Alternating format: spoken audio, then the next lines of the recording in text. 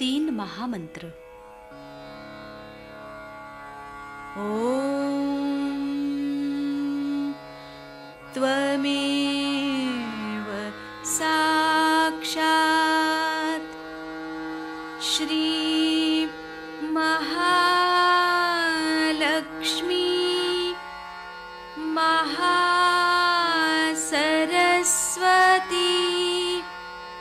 महाकाली त्रिगुणात्मिका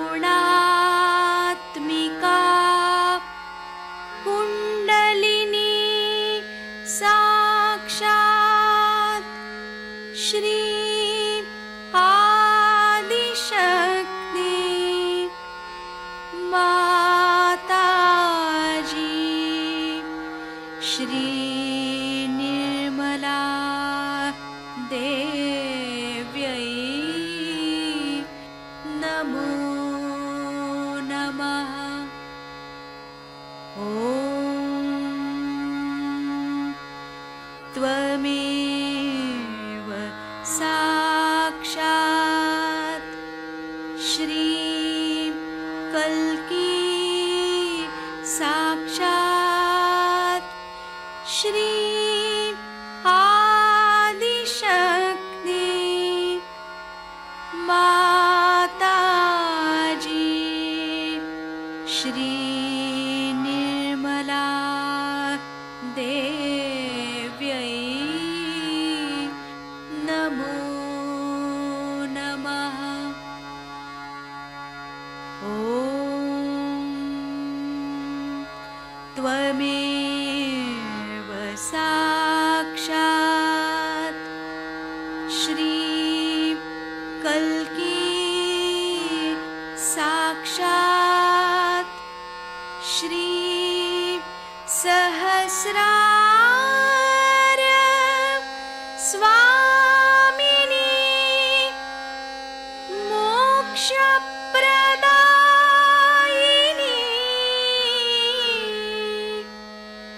माताजी श्री निर्मला देव्यै नमो नमः। श्री गणेश मंत्र।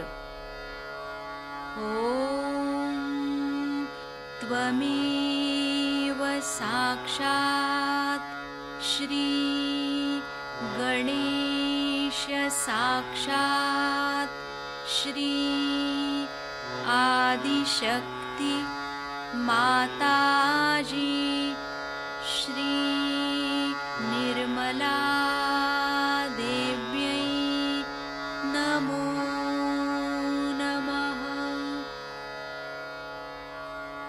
जय श्री माता जी। दोनों हाथ माँ के सामने हृदय में श्री माता जी की छवि को नमन करेंगे। संपूर्ण चित्त बीचों बीच हृदय में माँ की छवि को अपने हृदय में स्थिर करते हुए परम पूजनीय श्री माता जी कृपा करके हम सभी के हृदय को अपने प्रेम के योग्य बनाइए। श्री माता जी हम सभी आपसे बहुत प्रेम करते हैं, हम सभी के हृदय में आइए। हृदय में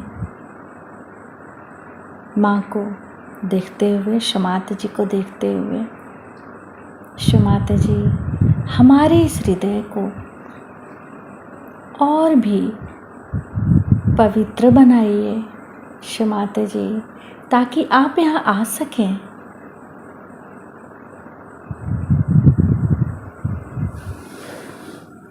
धीरे धीरे अपने संपूर्ण चित्त को दोनों हाथों पे, एक एक अंगुलियों पे,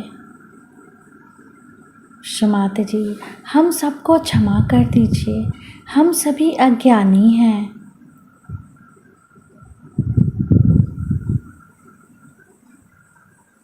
धीरे धीरे अपने संपूर्ण चित्त को लेफ्ट नाभि पर क्षमाते से प्रार्थना। क्षमाते जी, आपकी परम कृपा में हम शांत हैं, संतुष्ट हैं और उदार भी हैं। बाएं नाभि पर पूरा चित्त स्थिर करते हुए क्षमाते जी, हमारे बाएं नाभि में श्री गृहलक्ष्मी तत्व जागृत कीजिए। मंत्र ओम त्वमेव साक्षात श्री गृहलक्ष्मी साक्षात श्री आदि शक्ति माता जी श्री निर्मला देव्यै नमो नमः। क्षमाते जी, आपकी परम कृपा में हम शांत हैं, संतुष्ट हैं और उदार भी हैं। कृपा करके हमारे बाएं नाभि में अपना संपूर्ण चित्त आशीर्वादित कीजिए।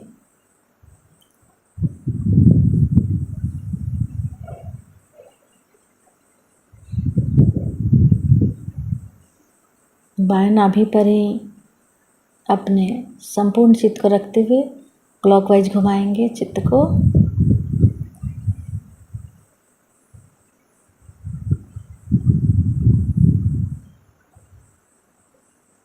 क्षमाता जी, आप ही तो श्री गृहलक्ष्मी भी हैं। कृपा करके हमारे बाएं नाभि में जागृत हो जाइए। धीरे धीरे अपने संपूर्ण चित्त राइट हार्ट पे, फिर लेफ्ट गुसुद्धि,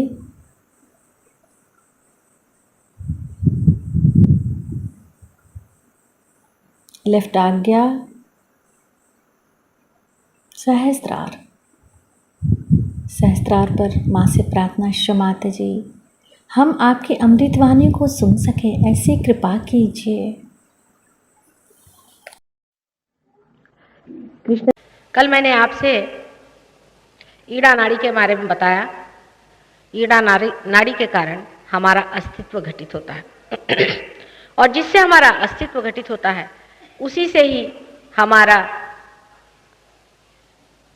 मृत्यु भी हो सकता है। जिस वक्त हमारा अस्तित्व हमसे निकल जाता है, जिस वक्त हमारे अंदर बैठा हुआ आत्मा हमारे हृदय से निकल जाता है, उस वक्त हम मृत्यु को प्राप्त होते हैं।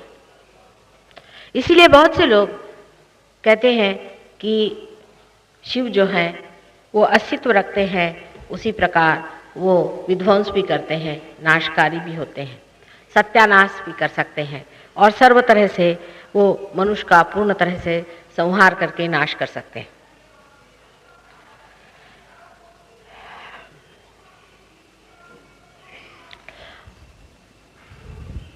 अब जो कल की बात थी कि ईड़ा नाड़ी को सुव्यवस्थित रखने के लिए हमें शांति को अवलंबित करना चाहिए, शांति पे हमारा अवलंबन होना चाहिए, शांति को अपनाना चाहिए।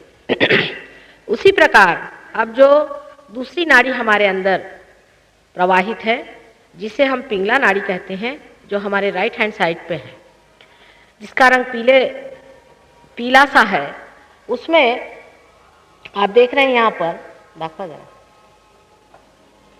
जरा इस ड्राइंग में थोड़ी गलती हो गई है कि ये नाड़ी इतनी पूरी तरह से नीचे के चक्र पे नहीं पहुँचती है, लेकिन ऊपर ही रह जाती है। इसमें सारे चक्र दिखाई नहीं गए हैं, लेकिन ये जो लाल सा गोल बना हुआ है, ये हमारे अंदर बसा हुआ संसार है। इसे वॉइड ऐसा कहते हैं। यह जगह अभी तक हमारी भरी हुई नहीं है। सुषुम्ना नाड़ी जो बीच में है वो इस जगह तक पहुंची हुई नहीं है। इसी से बीच में जो गैप हो गई है उसको भवसागर या वॉइड कहना चाहिए। इस वॉइड को पार करने के लिए या इस भवसागर को पार करने के लिए संसार में अनेक अवतार हुए हैं। यह अवतार श्री दत्तात्रेय आदि गुरु जी का होता है। इन्होंने अनेक बार संसार में अवतार लिया है, विशेषकर महाराष्ट्र में इन संतों ने बड़ी मेहनत की। मच्छिंद्र नाथ आदि आप जानते हैं, नाथपंथियों ने इस पुण्य भूमि पर बड़ी मेहनत ली हुई। अभी भी इनके काफ़ी सारे लोग विद्यमान हैं, लेकिन वो पहाड़ों में, जंगलों में छिपे हुए हैं। जो दूसरी वाली राइट हैंड साइड की पिंगला नाड़ी है, उसके बारे में मैं आपको पहले बताऊंगी। राइट हैंड साइड की जो पिंगला नाड़ी है, जो कि हमारे शारीरिक और हमारे बौद्धिक कार्य को चलाती है, वो बहुत महत्वपूर्ण है और उसके बारे में समझ लेना बहुत ही महत्वपूर्ण है। यानी शरीर को यह नाड़ी बहुत खूबी से चलाती है। बचपन से हमारा शरीर इस नाड़ी के कारण बड़ा होते जाता है, सुडौल बनते जाता है, स्वरूप बनते जाता है, और यही नाड़ी के कारण हम विचार करना शुरू कर देते हैं। जब पहली नाड़ी बहुत चलती है, जिसे हम ईड़ा नाड़ी कहते हैं, उससे एक संस्था तैयार होती है जो हमारे सर पर एक बलून के जैसे छा जाती है। और जब दूसरी नाड़ी चलने लग जाती है, जिससे हम विचार आदि बहुत करते हैं, उससे भी दूसरी एक संस्था तैयार हो जाती है। जैसे कि एक फैक्ट्री में जब कोई शक्ति कार्य करती है तो उसमें से धुआं निकलता है, बाय प्रोडक्ट होता है, और वो धुआं जा करके आकाश पर छा जाता है। उसी प्रकार ऐकाला इतने का उसी प्रकार हमारे सर में ये दो संस्थाएं तैयार हो जाती हैं। उसमें से पहली संस्था जो लेफ्ट साइड से आती है, वो राइट साइड को जा करके पीछे पे छा जाती है, और जो राइट साइड से आती है वो लेफ्ट साइड को जा करके सामने को छा जाती है। इसको ईगो कहते हैं और इसको सुपर ईगो कहते हैं। मतलब यह है कि पिंगला नाड़ी से जो संस्था तैयार होती है या जो बाय प्रोडक्ट तैयार होता है, उसे अहंकार ऐसे कहते हैं, और जो लेफ्ट साइड से तैयार होता है उसको मनस ऐसा कहते हैं, या जिसे प्रति अहंकार या सुपर ईगो ऐसा अंग्रेजी में कहा जाता है। जो कुछ हमारे अंदर गत है वो लेफ्ट साइड से हमारे मनस में, या जिसे कहना चाहिए कि हमारे सुपर ईगो में एकत्रित होता है। और जो कुछ हमें आगे का करने का है, जो कुछ हमारे अंदर विचार आते हैं आगे के बारे में, जो भी कुछ हम भविष्य के बारे में सोचते हैं, वो ये राइट साइड की नाड़ी चलती है, और उसके कारण राइट साइड में हमारा जो ईगो है वो इस तरह से गुजर के और यूं छा जाता है। माने वो जाता है लेफ्ट को और राइट पे छा जाता है। जब हम अपने शरीर के बारे में बहुत ज़्यादा मेहनत करते हैं, यानी समझ लीजिए एक आदमी है, वो कहता है कि मैं बहुत दौड़ लगाऊंगा और अपने शरीर को ठीक करूंगा, सुबह से शाम पागल जैसे दौड़ते रहता है और अपने शरीर के ही ओर चित्त लगाता है, तब उसके अंदर असंतुलन, इम्बैलेंस आ जाता है। शरीर ही तो सब कुछ नहीं है। शरीर के अलावा मनुष्य, उसका मन, बुद्धि, अहंकार और सबसे बढ़ के उसका आत्मा है। जो मनुष्य अपने शरीर की ओर बहुत ध्यान देता है, वो अपने आत्मा की ओर ध्यान देना भूल जाता है। उससे ये राइट साइड की नाड़ी बहुत चलने लग जाती है। राइट साइड की नाड़ी जब अति चलने लग जाती है तो वो जाकर के और बुद्धि के ऊपर में और छा जाती है। अहंकार नाम की एक बड़ी भयंकर चीज हमारे सर पर छा जाती है। आपने देखा होगा कि जो बड़े बड़े रेसलर्स होते हैं, बड़े बड़े खिलाड़ी होते हैं, बड़े बड़े शरीर के जिनके पास में धन होता है, वो बड़े अहंकारी होते हैं और बहुत अहंकार से बात करते हैं। बड़े बड़े राक्षस भी इसी वजह से बहुत ज़्यादा अहंकारी होकर के और अहंकार की बातें करती हुई, हम लोगों ने देवी महात्म्य आदि अगर पढ़ा हो तो उसमें सुना होगा। शरीर के बारे में बहुत ज़्यादा संलग्न रहना, शरीर के बारे में बहुत ज़्यादा विचार करना या शरीर के और अधिक से ज़्यादा चित्त देना भी बहुत गलत काम है।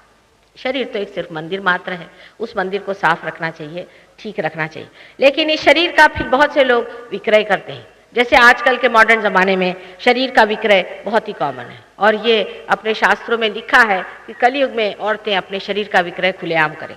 अच्छे घर की, भले घर की लड़कियां भी आप देखते हैं कि ब्यूटी कॉन्टेस्ट आदि इस तरह के गंदे कामों में पड़ जाती हैं, और उनको ये पता ही नहीं चलता है कि ये शरीर का विक्रय है। क्योंकि सर्वसाधारण सभ्य समाज में इसको माना जाता है कि बड़ी अच्छी चीज़ है कि ब्यूटी कॉन्टेस्ट होना चाहिए। हाँ, छोटी छोटी लड़कियों का तो मामला ठीक है, लेकिन बड़ी बड़ी लड़कियां जो कि अपने उम्र में आ गई हैं, ऐसी लड़कियों के लिए लज्जा ही उनकी शोभा है। जब हम इस लज्जा से वीन हो जाते हैं तब हमारी राइट साइड पिंगला नाड़ी चलने लग जाती है। दूसरे, जब हम हमारे फ्यूचर के बारे में बहुत सोचते हैं, प्लानिंग करते हैं और ये करेंगे वो करेंगे आदि इस तरह की हम वल्गनाएं करते हैं, बड़े बड़े हम तर्क लगाते हैं, और जो बुद्धिवादी लोग होते हैं उनके लिए भी यही एक मार्ग है कि वो अपनी राइट साइड जो पिंगला नाड़ी है उसे अति प्रवाहित करें। जब राइट साइड अति प्रवाहित हो जाता है तब भी अपने अंदर एक बड़ा भारी ईगो जमा हो जाता है। जितने भी बड़े बड़े राजकीय नेता हैं, बड़े बड़े इकोनॉमिक्स हैं, बड़े बड़े आपके प्लानर्स हैं, जिसको कहना चाहिए नौकरशाही लोग, ब्यूरोक्रेट्स और बड़े बड़े अफसर लोग, और इन सब का दिमाग इसलिए खराब होता है कि सबके अंदर ईगो चढ़ जाता है। विदेशों में जितनी भी संस्थाएं चलाई गई हैं वो ईगो ओरिएंटेड है, यानी वो सारी अहंकार पे सीमित है। वो अपने अहंकार को आवाहन देती है, आप में कॉम्पिटिशन स्पर्धाएं कराती है और आपको कहती कि कौन सा घोड़ा पहले आएगा देखिए। यह अहंकार धीरे धीरे अत्यंत सूक्ष्म होता जाता है। जितना आदमी बुद्धिमान होगा उतना ही वो नम्र 3 बार झुक झुक के नमस्कार करेगा, अत्यंत नाटक करके आपसे बातचीत करेगा। आप कहेंगे हा हा हा कितने ये नम्र हैं। लेकिन वास्तविक में वो आदमी ने एक अपने अहंकार पे बड़ा सुंदर सा पर्दा डाल दिया। अहंकार ये एक संस्था है, ये मन के सोचने की या मन के विचारने की बात नहीं, ये अपने अंदर सबके अंदर स्थित है। कोई कहे कि साहब मुझ में अहंकार नहीं है तो हो ही नहीं सकता। जब कृष्ण ने गीता में कहा कि तू उस परमात्मा को खोज, ज्ञान की खोज कर, तब श्री कृष्ण ने साफ साफ बात कह दी कि ज्ञान की खोज कर। उन्होंने कोई डबल बात नहीं कही, सबसे पहले ही कह दिया कि तू ज्ञान की खोज कर। लेकिन अर्जुन ने इस बात को माना नहीं। उसने कहा कि तू तो इधर कह रहा है कि ज्ञान की खोज कर, साक्षी बन जा, और फिर कह रहा है कि युद्ध में जा, ये कैसे हो सकता है? तो कृष्ण होशियार थे बहुत ज्यादा, राजकारण उनके नस नस में समाया हुआ था, डिप्लोमेसी के वो अवतरण थे, इतने बुद्धिमान, इतने तीक्ष्ण। उन्होंने सोचा कि इनके बस का नहीं, इनके बस का बिल्कुल नहीं है, तो अब क्या किया जाए, कैसे किस प्रकार अर्जुन को समझाया जाए। सीधे तो समझने वाले नहीं, तो उन्होंने ये कहा कि अच्छा ठीक है, जो भी करना है तो कर्म करते रहे, लेकिन कर्म का फल परमात्मा पे डालो। अब ये बिल्कुल एब्सर्ड कंडीशन है, हो ही नहीं सकता, कभी भी नहीं हो सकता। डिप्लोमेसी इसी तरह से चलाई जाती कि एब्सर्ड कंडीशन डाल दीजिए, ऐसी आप पे व्यवस्था कर दें कि आप उसको पूरा कर ही नहीं सकते। और जब उन्होंने ऐसी बात कही तो हाँ, सबने कहा ठीक है भाई, हम तो जो भी कर्म कर रहे हैं वो परमात्मा पे डाल रहे हैं। हो ही नहीं सकता है, क्योंकि जब तक आपके अंदर यह अहंकार की संस्था जीवित है कभी भी नहीं हो सकता है। आप अपने को भुलावा दे रहे हैं। बहुत से लोग मुझे आकर कहते हैं माँ हमने तो सब परमात्मा पे छोड़ दिया। अरे पर जब तुम्हारे अंदर अहंकार की संस्था जीवित है तो आपने हमारे ऊपर कैसे छोड़ दी? अहंकार तो वहां स्थित है ही। अब इस अहंकार से लड़ने से भी कोई फायदा नहीं, जितना लड़िएगा और आपके खोपड़ी पे बैठेगा। आप कहिएगा कि मेरे अंदर ये अहंकार आ गया है और इस अहंकार की वजह मैं त्रस्त हो गया हूं, माँ कैसे करूं? तो फिर मैं कहूं कि बेटे अच्छा तुम अहंकार से लड़ो, तो अहंकार आपके खोपड़ी पे चढ़ जाएगा, आप और अहंकारी हो जाएंगे और एक महान अहंकारी होकर के और आप दुनिया के सामने 10 मर्तबा झुकेंगे, इसलिए कि लोग आपके चरण छुएं और आपके गले में हार पहने। अहंकार की संस्था जब तक पूरी तरह से शोषित नहीं होती, जब तक ये बलून पूरी तरह से उसमें छेद घिस के उसमें की हवा नहीं निकल जाती, तब तक आप अहंकार के चक्कर में ऐसे पड़े रहते हैं, आपको पता ही नहीं चलता है कि आप कितने अहंकारी। लेकिन बहुत बार मनुष्य अपने को अहंकार से घिरा हुआ पाता है और कहता है कि मुझे ये पसंद नहीं, ये कौन है मैं, मुझे ये बात अच्छी नहीं लगती, ये कौन है? ये आपकी आत्मा नहीं है, आपने आत्मा को जाना नहीं। बगैर आत्मा को जाने हुए आप क्यों कहते हैं कि मैं ये नहीं चाहता? मैं तो आत्मा है और आप जिसे मैं कह रहे हैं वो आपका अहंकार है। इसलिए आत्मा को जाने बगैर मैं कहना गलत होगा। आत्मा का दर्शन जब होता है जब कुंडलिनी ऊपर उठ के ब्रह्मरंध्र को छेदती है। उस वक्त ये दोनों ही संस्थाएं एक साथ खिंच करके नीचे आ जाती हैं और एकदम शून्य हो जाती हैं और तब इस तरह से आपका सर का जो सहस्त्र कमल है खिल जाता है और उसमें से सुषुम्ना नाड़ी में से कुंडलिनी ऊपर जा करके आपको आत्म साक्षात्कार देती है। उस वक्त आपके अंदर कोई भी विचार नहीं रहता और आपका जो ईगो और सुपर ईगो है दोनों ही खिंच नीचे आ जाते हैं। जब तक ये नहीं होता है तब तक आपका मैं इसका कोई अर्थ नहीं, क्योंकि प्रमाण एक आत्मा मात्र है और बाकी सब जो चीज़ें हैं वो उससे संबंधित बातें हैं। जैसे हम कहते हैं कि ये चीज़ है, इसकी 10 फुट की जगह है, इसका मतलब 1 फुट कहीं होना पड़ता है। अगर हम कहें ये 10 फुट है, वो 20 फुट है, वो 30 फुट है, तो कहेंगे भाई वो 1 फुट कौन सा है? वो जो एकमात्र प्रमाण मात्र है जिससे सभी कुछ जाना जाता है वो है आत्मा। अब जब हमारा रियलाइजेशन हो जाता है तब हम इसे देखने लग जाते हैं। इस पर काफ़ी कुछ कहना होता है लेकिन उसमें अब इतना टाइम नहीं है, लेकिन मैं अब यही बताऊंगी आपको कि रियलाइजेशन होने के बाद हम किस प्रकार सब चीज़ को जानने लग जाते हैं। जब हमारा संबंध अपने आत्मा से घटित हो जाता है तब हमारे अंदर से जो ये रेडिएशन जैसे जो ये शक्ति प्रवाह शुरू हो जाता है, ये उसी आत्मा का स्वरूप है। ये परमात्मा की सर्वव्यापी जो प्रणव शक्ति है वो हमारे अंदर से बहने लग जाती है। जिस प्रकार एक कंप्यूटर को आप उसके मेंस में लगाने देने पर बाद आप जो भी उससे सवाल पूछे उसका जवाब आता है, उसी प्रकार ये प्रमाण आपके अंदर मिलते ही आप उससे हर प्रकार का प्रश्न पूछ सकते हैं। जैसे कि अब ये प्रश्न खड़ा हो कि क्या संसार में परमात्मा है या नहीं, ये बड़ा ही बड़ा प्रश्न है और इस प्रश्न को पूछने के लिए लोग कहते हैं कि जो भी जवाब दोगे वो मन के स्तर पे या बुद्धि के स्तर पे। सो इसका उत्तर तो किसी तरह से भी प्रमाण नहीं हो सकता, सब रिलेटिव है। लेकिन जब आप ऐसा हाथ करके पूछिए कि क्या संसार में रियलाइजेशन के बाद, आत्म साक्षात के बाद परमात्मा है, तो चारों तरफ से आपके अंदर जोरों से वाइब्रेशंस बहना शुरू हो जाएंगे, बहुत जोर से ठंडी ठंडी हवा आने लग जाएगी। इस पर आप सवाल पूछ सकते हैं, जैसे मैंने कल कहा था, जिससे आप लोग चौंक भी गए थे कि कृष्ण ही ख्रिस्त के पिता थे। पूछिए क्या कृष्ण ख्रिस्त के पिता थे?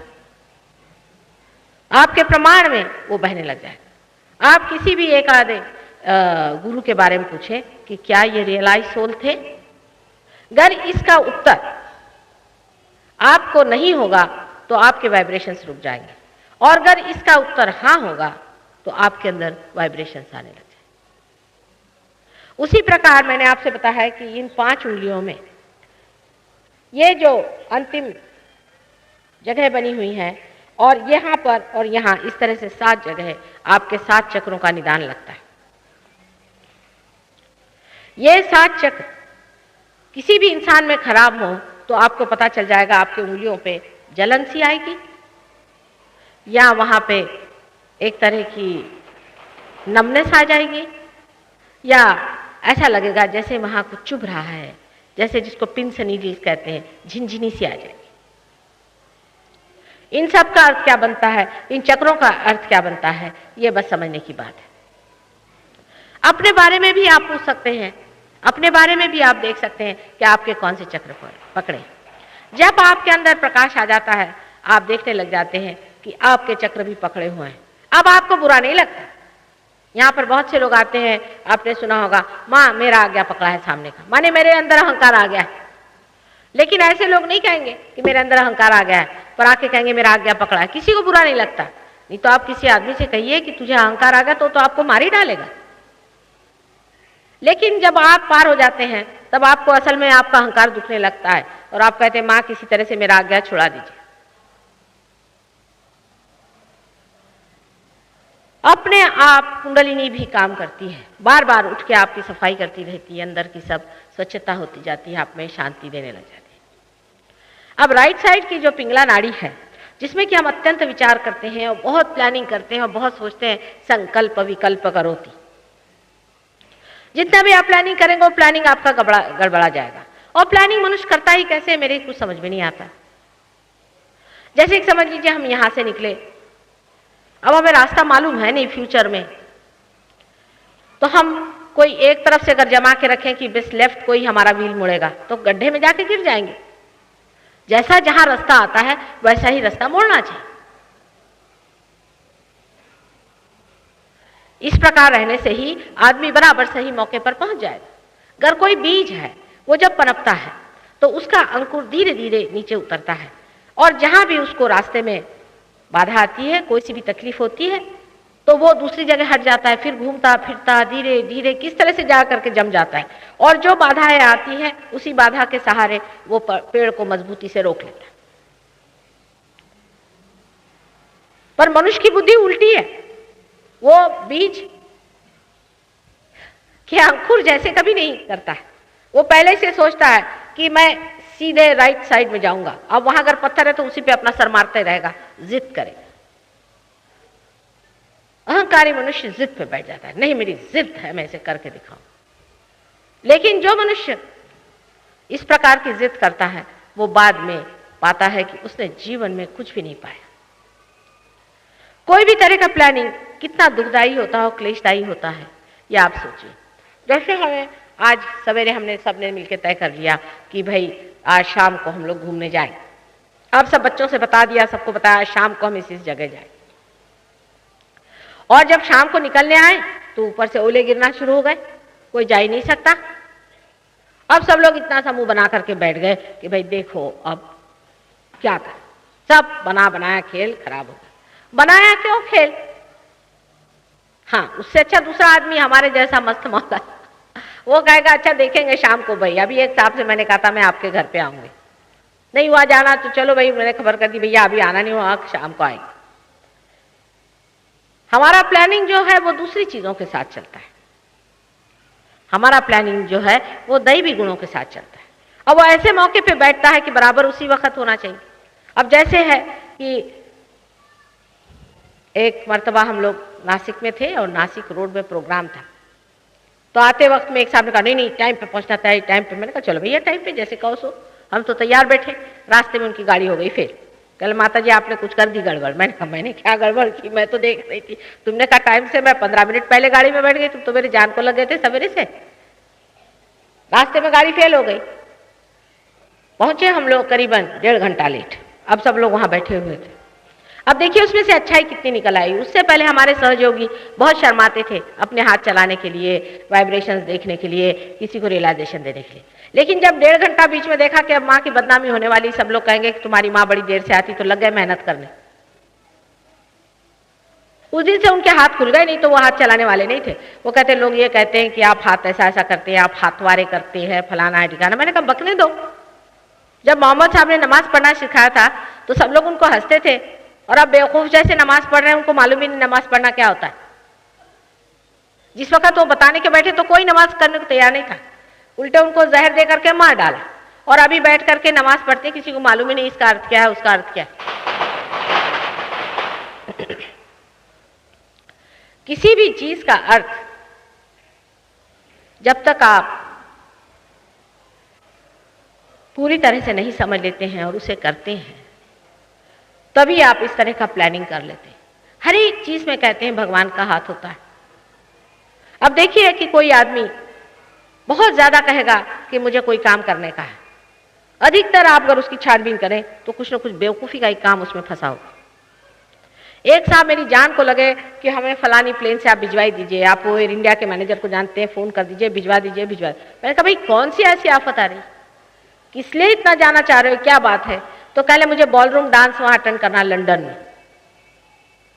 मैंने कहा इसीलिए तुम सारा टाइम बचा रहे हो कि 4 घंटे वहां जाके बेवकूफों जैसे बंदरों जैसे नाचते फिरो और अपने को बेवकूफ बनाओ और दूसरों बेवकूफों के साथ एक जात हो जाओ। उसलिए मेरी जान खा रहे हो कि मेरा तुम टिकट बुक कराओ, और कोई मुझे धंधा नहीं रहा है। इसी तरह से सारा अपने देश का भी प्लानिंग चौपटा गया है। हम मुरादाबाद गए थे, वहां देखा कि बहुत सारे कितने ही पता नहीं 500-600 टैंक्स ऐसे ही पड़े होते।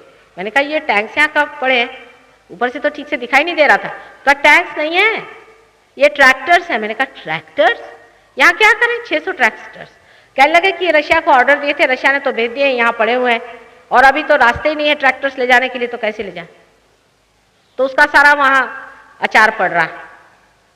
मैंने कहा इस तरह की प्लानिंग से तो भगवान बचाए रखे, पहले अपने रास्ते रास्ते बनाओ, फिर देखा जाएगा ट्रैक्टर का बाद में। इसीलिए प्लानिंग गड़बड़ हो जाता है। अधिकतर प्लानिंग उसी क्षण का होता है। जैसे आज हमें जाना है, ठीक है चल दिए, समझ लीजिए हमें आज अगर अपनी सीट बुक करनी है तो सीट बुक कर दी। इसमें प्लानिंग क्या करना, बैठ करके लिखने की जरूरत क्या है, उस पर इतने सोचने की जरूरत क्या है, जो करना है कर दिया, काम खत्म। ये जो नई दिमागी बातें चली हुई हैं प्लानिंग करने की, उसका असर हम वेस्टर्न कंट्रीज में देख सकते हैं। वेस्ट में इतना प्लानिंग कर करके इन्होंने दुनिया भर की चीजें बना के रखी। हाँ, वहां क्या होगा, वहां के बच्चे युवक जितने भी हैं अपने माँ बाप का घर छोड़ के निकले। उनसे पूछा भाई तुम कहाँ चले, तो कहने हम चले गांजा पीने इंडिया।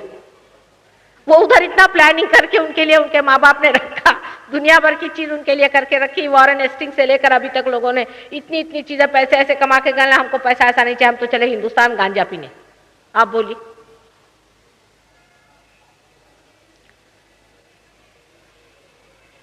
तो सारा इतना प्लानिंग करने से उनको कौन सा लाभ हो गया जो हम लोगों को होने वाला। और दुनिया भर का प्लानिंग करते किस चीज का है, मेरे समझ में नहीं आता।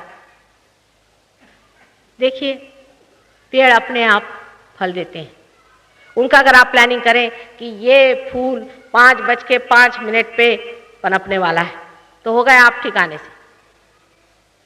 जितनी भी जीवन चीज है उसका अपना प्लानिंग है, वो अपने प्लानिंग से होता है, अपने टाइम से होता है, उसका सब अपना बनाओ। हम बेकारी में अपनी अकल उसमें दौड़ाते रहते हैं सुबह से शाम तक और सबको परेशान करते रहते हैं। इसलिए जितने भी देश ईगो ओरिएंटेड है, अपने देश में भी आजकल बहुत चला हुआ है कि हमारी माली हालत बहुत अच्छी होनी चाहिए। लेकिन बाबा जिन लोगों की माली हालत अच्छी हो गई उनको जाके देखते क्यों नहीं? उसको कोई भी नहीं देखता। डेवलपिंग कंट्री काहे को डेवलप करते हो अपने देश को? ज्यादा से ज्यादा शहर भर जाएंगे, उसमें ऐसे ऊंचे ऊंचे घर बन जाएंगे, गंदगी बढ़ जाएगी। देहातों में बढ़िया तरीके से लोग रह सकते हैं।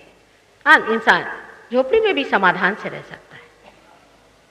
इन महलों में भी जो समाधान नहीं है वो झोपड़ी में भी उसको मिल सकता है। समाधान की बात करना तो आजकल लोग कहते हैं कि वाह माता जी तो यूं ही अपनी बातें कहती रहती, पर ईड़ा नाड़ी का अगर सांत्वना है तो वो समाधान है।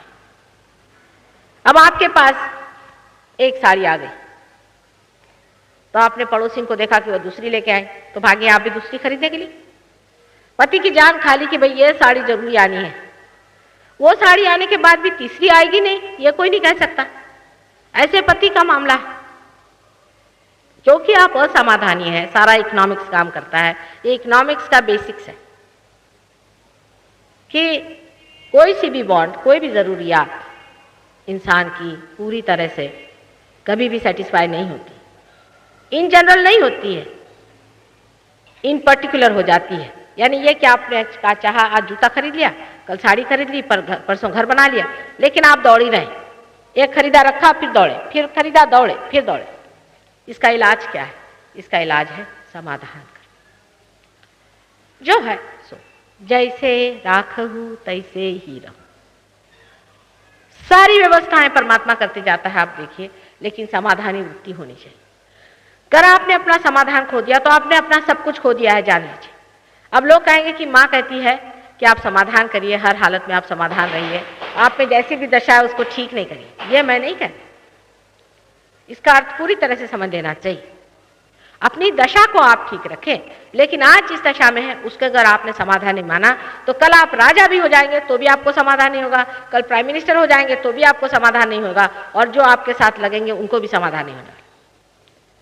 समाधानी एक वृत्ति है, एक एटीट्यूड है। उस समाधान को पाने से ही आपकी राइट साइड पिंगला नाली ठीक रहती है। अब राइट साइड नाड़ी के चलने से क्या दोष होते हैं वो बताती हूँ आपसे, इससे आपको आश्चर्य होगा। पहले तो राइट साइड में जब आप बहुत शारीरिक इसमें रहते हैं और शरीर की ओर बहुत ध्यान देते हैं, ऐसा आदमी एकदम सूखा ठूठ माने एकदम लकड़ी हो जाता है। उसके अंदर कोई भी मुलायम या मृदुता बिल्कुल नहीं रहती, अत्यंत कठिन ऐसा आदमी हो जाता है। और वो आपने देखा ही होगा, आप किसी बड़े आदमी को या किसी अफसर को फोन करिए तो आपको फौरन पता होगा कि अफसर ने बात करी है, क्योंकि उसके बातचीत का ढंग ही इतना रूखा होगा कि आप समझ जाएंगे कि ये जो रूखापन है ये जरूरी उसकी खोपड़ी खराब हो गई है, डोका बिगड़ ले। हृदय ऐसे आदमी का जो है आवृत्त हो जाता है अहंकार के कारण, उसके अंदर हृदय रहता ही नहीं है। और ऐसा आदमी अपने प्रति तो बहुत इंडल्जेंट होता है, मैंने अपने प्रति बहुत उपभोक्ता है, अपने लिए बहुत करता है, लेकिन दूसरे के ऊपर में 5 रुपए खर्चा करना भी उसको मुश्किल हो जाता है। अब वो नम्र भी होएगा लेकिन नम्री कंजूस होएगा। और ऐसा आदमी बड़ा दुखी होता है स्वयं, क्योंकि जो दूसरों को सुख नहीं देता वो दुखी रहता है। जब तक आप दूसरों को सुख देना नहीं सीखेंगे आप में भी सुख नहीं आ सकता। जो अहंकारी मनुष्य होता है वो बाह्य से कुछ अजीब नहीं दिखाई देता, लेकिन घोड़े पे सवार रहता है, आप समझ जाएंगे कि घोड़े पे सवार है। इस पे अनेक सी कहानियां आप तो जानते हैं कि ईगो ओरिएंटेड लोगों की कैसी होती है। अब इससे जो सबसे बड़ा दोष शारीरिक मनुष्य में आता है वो ये है कि हमारा लेफ्ट साइड का हिस्सा खराब हो जाता है। माने लेफ्ट साइड में जो स्वादिष्टान चक्र घूमता है और लेफ्ट साइड के जितने हमारे ऑर्गन से उसे खराब कर देता है, तो सर्वसाधारणतः बुद्धिजीवी लोगों को डायबिटीज की बीमारी हो जाती है। उनको डायबिटीज की बीमारी होगी, उनको लिवर की बीमारी होगी, क्योंकि स्वादिष्टान चक्र को एक तो इन सारे ही इंद्रियों को ऑर्गन्स को देखना पड़ता है, इसके अलावा बुद्धि भी के लिए जो हमारे अंदर मेद है, फैट है, उसको कन्वर्ट करना पड़ता है और इसलिए उसको डबल काम पड़ जाता है। उस डबल काम में या तो आप बहुत ज्यादा सोच लीजिए या अपने पेट को संभाल लीजिए। इसलिए ऐसे आदमियों को पेट की बीमारी, अल्सरेशन वगैरह हो जाएगा, या उनको डायबिटीज की बीमारी हो जाएगी। डायबिटीज नहीं हुआ तो उनको किडनी की बीमारी हो जाएगी और उनको लिवर की बीमारी हो जाएगी। ऐसे लोग सूखे टाट की तरह लंबे होते हैं और जितने ईगो ओरिएंटेड लोग होते हैं वो जरूरत से ज्यादा लंबे भी हो सकते हैं। पर जो सबसे बड़ा इसका डेंजरस पॉइंट है, सबसे बड़ा जो इससे धोखा है वो है हार्ट को, क्योंकि जब ईगो बहुत ज्यादा हो जाता है तो बैलेंस करने के लिए हार्ट एकदम से बंद हो जाता है। हार्ट अटैक सिर्फ ईगो ओरिएंटेड आदमी को आएगा। अधिकतम हम किसी आदमी को हार्ट अटैक आएगा तो सोचते हैं हाँ बेचारा कितना गरीब आदमी, इसको तो हार्ट अटैक आ गया। ईगो ओरिएंटेशन से ही हार्ट अटैक आता है, और जब हार्ट अटैक आ जाता है तब आदमी सोचता है हे भगवान मैंने अपना टाइम कहाँ बर्बाद कर दिया। जो लोग बहुत ज्यादा समय के पाबंद होते हैं, टाइम के पाबंद होते हैं, हर समय घड़ी को देखते रहते हैं, उनको हार्ट अटैक आने की बड़ी आशंका है। इसलिए बहुत बार मैं लोगों से कहती कि घड़ी निकाल के आप रख दीजिए एक तरफ। जिन्होंने घड़ी की गुलामी की उनको हार्ट अटैक आएगा, आता है अधिकतर, मेरा अनुभव। जितना आदमी एग्रेसिव होगा उसको हार्ट अटैक आने की आशंका ज्यादा रहेगी। बहुत से लोग होते हैं वो सोचते हैं कि साहब मैं तो बस क्या विक्टोरियस हूं, मैं फलाना हूं दिखाना हूं, और जैसे हार्ट अटैक आ जाता है तो पता चल जाता है। और इससे भी बढ़ के एक डेंजरस चीज होती है, हार्ट अटैक एक तरह से अच्छा है कि आया तो खत्म हो गए भाई, लेकिन दूसरी जो बहुत ही बड़ी आशंका की बात है जिसे हमें अपने सामने रखना चाहिए, और जो बड़ी ही डेंजरस चीज है जो हमें अहंकार से हो जाती है, और वो है लकवे की बीमारी। लकवे की बीमारी भी इसी से हो जाती है कि हमारे अंदर कोई क्लॉट आ करके और हमारी एक पूरी साइड खत्म कर देते। जितने लोग ज्यादा दौड़ते हैं, मेहनत करते हैं, सुबह से शाम सोचते हैं और ड्राईली रहते हैं, मृदुता के बगैर रहते हैं, उनको लकवे की बीमारी हो सकती है।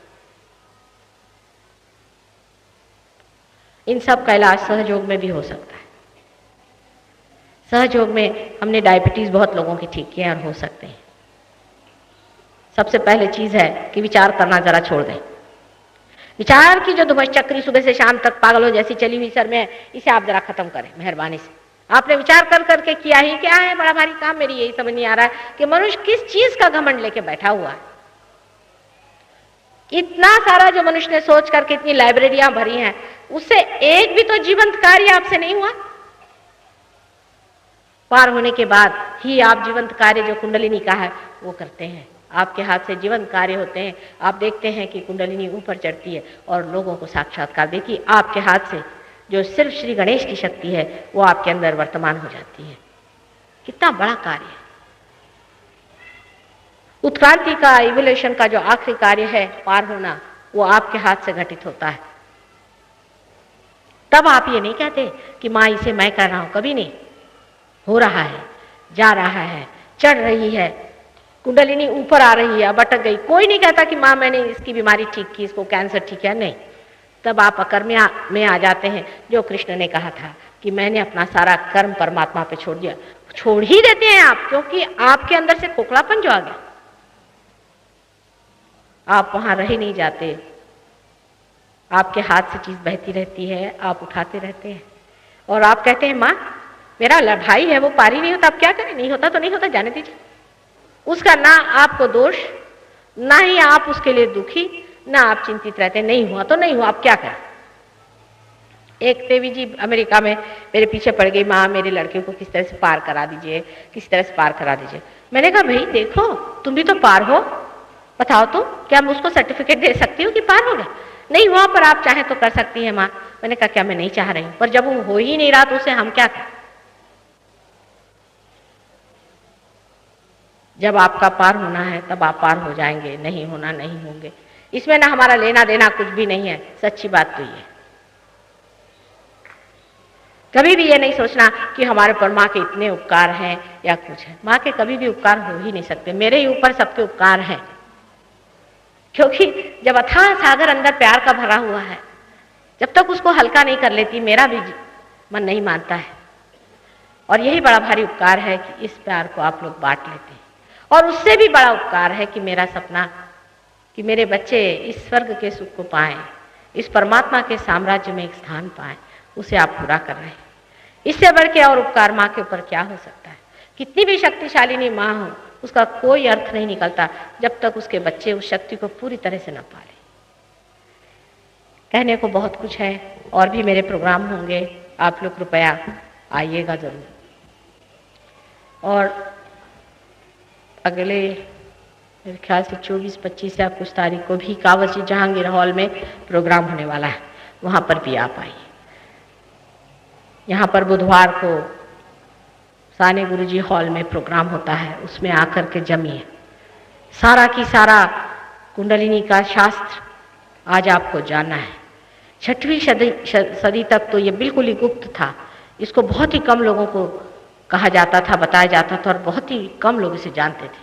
लेकिन आज वो समय आ गया है कि जन साधारण को भी ये शास्त्र मिलना चाहिए। ये पूरा जितना भी गहन से गहन कार्य है वो हर इंसान को मिलना चाहिए। और इसलिए मैं चाहूँगी कि आप लोग ये ना सोचें कि हम क्या करेंगे, माँ हम तो इतने पढ़े लिखे भी नहीं हैं और हम इतने साधारण हैं। मैंने आपसे कहा है कि सहज योग जो है सर्वसाधारण के लिए है, बहुत ज़्यादा रईसों के लिए नहीं है, और नहीं बिल्कुल ही उन लोगों के लिए है कि जो चोरी करते फिरते हैं और पेट भरने के लिए दूसरों के गले काटते। ये उन लोगों के लिए है जो सर्वसाधारण लोग। आशा है कि आप लोग, और मेरा प्रोग्राम अब अंधेरी में है परसों, वहाँ पर आप लोग ज़रूर आएँ और इसका और लाभ उठाएं, किताबें पढ़ें, इस पे ध्यान दें। बुधवारी इथे प्रोग्राम होतो ना, त्या इथे नहीं, त्या ह्याच्यात साने जी गुरुजी हॉल में बुधवार को इनका प्रोग्राम होता है, वहाँ आए। हर तरह के प्रश्न पूछे। हमारे यहाँ एक से एक होशियारात। 1 साल के अंदर आप भी इतना जान जाएंगे कि आपको आश्चर्य होगा। आज मुझे बड़ी खुशी हुई, मैं कोलाबा में गई थी किसी काम से, वहाँ देखा 2 इंसान आते आते उन्होंने नमस्ते किया। मैं पहचान गई, ये तो पार हो गए दोनों आदमी। तो मैंने गाड़ी रोकी, मैंने कहा देखो तो कौन है। तो उन्होंने कहा कि हम यहाँ के कोली समाज के लोग हैं। अब कोली समाज के प्रति ईसा मसीह को बहुत ही ज़्यादा स्नेह था, आप जानते हैं, और ये लोग माने हुए बड़े भक्त लोग होते हैं। तो मैंने कहा अच्छा, ये दोनों पार हो गए थे। पहले हम माँ सहयोग पे ही बात कर रहे थे और आप सामने दिखाई नहीं। वो आए हुए हैं यहाँ पर, कह रहे हैं। मुझे बड़ी खुशी हुई। मैंने कहा कि ऐसे समाजों में अगर चला जाए तो इनकी जिंदगी एकदम से बदल के बाहरदार हो जाएगी, और नहीं तो शराब और दुनिया भर के व्यसन और गंदगियाँ, इसमें इनके बच्चे और ये स्वयं सब लोग लूट जाएंगे। उसी तरह के हमारे यहाँ जिसको पांढर पेशा लोग कहते हैं, जो कि रात दिन अपनी कलम घिसाते रहते हैं, वो भी सर्वनाश हो जाए। इस जीवन का सुंदर अर्थ समझ लेना चाहिए और इसका आनंद उठाना चाहिए।